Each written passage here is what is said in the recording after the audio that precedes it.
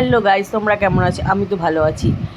বৈশাখী মেলা শিলিগুড়িতে চলে এসেছে। অনেক দিন হয়েছে, আমার যাওয়া হয়নি। কারা কারা শিলিগুড়িতে থাকো অবশ্যই বৈশাখী মেলা দেখতে অবশ্যই আসবা। আর যারা বাইরেও থাকো তাদেরকে বলছি শিলিগুড়িতে এসে একবার বৈশাখী মেলাটা ঘুরিয়েছো, দারুণ। আগে তো তোমার বৈশাখী মেলাটা হতো কাঞ্চনজঙ্ঘা স্টেডিয়ামে, এখন হয় না ওখানে, এখন হচ্ছে তোমার জলপাইগুড়ি ওখানে হয়। যারা যারা দেখতে ইচ্ছে সবাই কিন্তু চলে আসবে, মেলাতে দেখবো দারুণ দারুণ জিনিস আছে। খুব সুন্দর ফুলের দেখো, দারুণ ফুলের ইগুলো, একদম নানা ধরনের ফুল দেখলে মন ভরে যায়, কিন্তু কিনতে পারিনি, অনেক দাম চাচ্ছে তাই কিনিনি। আর তারপরে কত ধরনের দেখো দারুণ দারুণ পাঁপড়, সাবু পাঁপড়, আলুর পাঁপড়, তারপরে আর কী ধরনের কী এগুলো পাঁপড় বলে আমি ঠিক জানি না, জিজ্ঞেস করিনি। আর তারপর ওখান থেকে আস্তে আস্তে সাদা জিনিসের দোকানে চলে আসে। জাস্ট এমনি একটু দেখছি, কিছু কিছু কেনার না দেখছি। তারপরে দেখো কত ধরনের কুলফি, দেখো খুব সুন্দর কালার করে উপরে তারপর কুলফি যাচ্ছে। তারপরে দেখো রাধাকৃষ্ণ মন্দিরে একদম দেখতে মনে হচ্ছে খুব সুন্দর লাগছে, মনে সাইডে এমন করে রাখছে মনে হচ্ছে রাধাকৃষ্ণ মন্দিরে চলে এসেছি।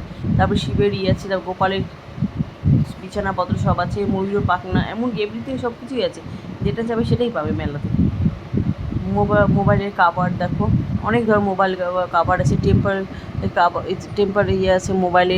তারপরে আস্তে আস্তে চলে আসে পাপড়ি চাটগুলো দেখে যা লোভ লাগছে, পাশ দিয়ে যাচ্ছি না, নাকে কত গন্ধ লাগছে, এত লোভ লাগছে, আমার জিভে জল পড়ে। যেহেতু শুক্রবার আমরা বাইরে কিছুই খেতে পারবো না, তার জন্য আমরা বাইরে শুক্রবারটা কিছু খাই না। এদিকে দেখো বাচ্চাদের তোমার নাগরদোলা দেখা, এটা বড়োদের নাগরদোলা দেখতে খুবই ভালো লাগছে, কিন্তু চড়তে গেলে মাথা টাথা প্রচণ্ড ঘোরাই যায় আমার। আমি যে না চড়ি না, আগে চড়তাম, বিয়ের আগে অনেক কিছুই চড়ছি, এখন আর কিছু চড়তে ভীষণ ভয় করে। তার মধ্যে এরকম মাঝখানে একবার ঘটনা দেখছি, নাগরদোলার থেকে একটা মেয়ে চুল আটকে গেছিলো, ওই জন্য আর দেখে ভয় লাগে। তারপরে এদিকে চলে আসলাম আমি আইসক্রিমের দোকান, যেহেতু শুক্রবার কিছু খেতে পারবো, আইসক্রিমটা খাই। আর প্রচণ্ড গরম, যা শিলিগুড়িতে যা গরম, শিলিগুড়ি সব জায়গায় গরম পড়ছে, এত গরম আর ভালো লাগছে না, ওয়েদার একটু চেঞ্জ হওয়া দরকার। তারপরে দেখো চকলেট আইসক্রিম নিলাম, ওর মধ্যে আবার চকলেট ফ্লেভারের মতো কী দিয়ে দিল, তারপরে ছোটো ছোটো দানাগুলো কী মিষ্টির মতো বলে, তারপরে হচ্ছে দুটো লাঠির মতো দিয়ে দিল, দিয়ে ওটা আমরা খেতে খেতে এদিকে এদিক ঘুরছি।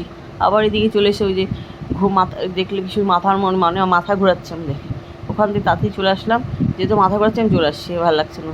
তারপরে চলে আসলাম দেখো চীনামাটি, কত সুন্দর সুন্দর জিনিস।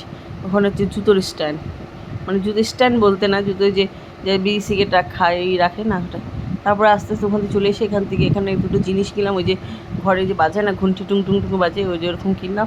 তারপরে কেনা হলো, আবার ঘুরতে ঘুরতে ঘুরতে ঘুরতে যাচ্ছি, আবার এদিক যাচ্ছি ওদিক যাচ্ছি, কী করবো, মেলার যে দাম কিছুই কেনা যায় না, জাস্ট একটু ঘোরা আর কিছুই না। তারপরে যা কত ধরনের বাসনপত্র, ফাইবারের সব কিছু, এত সুন্দর জিনিসগুলো দেখতে ভালো লাগছে, কিন্তু এখন কিনবো না, হচ্ছে লাস্টে শেষে একদিন আগে যাব, তখন একটু দামটা কম হবে, তখনটা কিনবো। আর ওখানে যে শাড়িগুলো প্রচণ্ড দাম তোমার। এই লিপস্টিক দেখছে মেয়ে তো লিপস্টিক কিনবে, এই জন্য মেয়ে দেখছে। আর ওখান থেকে মেয়ে একটা আমাকে শাঁখা বাঁধানোর মতো কিনে দিয়েছিলো ওখান থেকে। আর ওর বোনের জন্য পেন্সিলও নিয়ে নিচ্ছে। তারপর দেখো এখানে সুন্দর সুন্দর বোলগুলোর অনেক দাম, 500-600 টাকা করে দামই চায়। তারপরে না কিনবো না। তারপর দেখো এখানটায় হচ্ছে তোমার স্যানিটাইজারের বোল, কী সুন্দর, কিন্তু এটা চীনামাটি, পড়ে গেলে ফাটে যাবে না, এই জন্য কিনি নেয়, হচ্ছে লাগবে না, 200 টাকা চেয়েছিলো, হচ্ছে লাগবে না। তারপর হাঁটতে চলে আসলাম এদিকে। তারপর মিষ্টির ভাণ্ডারটা, মিষ্টির ভাণ্ডার আছে, পপকর্নের দোকান, আমি একটু পপকর্ন নিই, ছোটো করে যেতে খেতে খেতে চলে বাড়ি। একটা পপকর্ন নিলাম, 20 টাকা দাম। তারপরে পপকর্নটা খেতে একটাই নিচ্ছি, একটাতেই হয়ে যায় দুজন। খেতে তারপরে মেয়ে আবার টাকা আনতে গেলাম, একটু দাঁড়িয়ে তারপরে আস্তে আস্তে করে আমরা 2 পা 1 পা করে বাড়ির পথে রওনা দিলাম। তোমাদের যদি এই ভিডিওটা ভালো লেগে থাকে লাইক কমেন্ট শেয়ার করে দিই।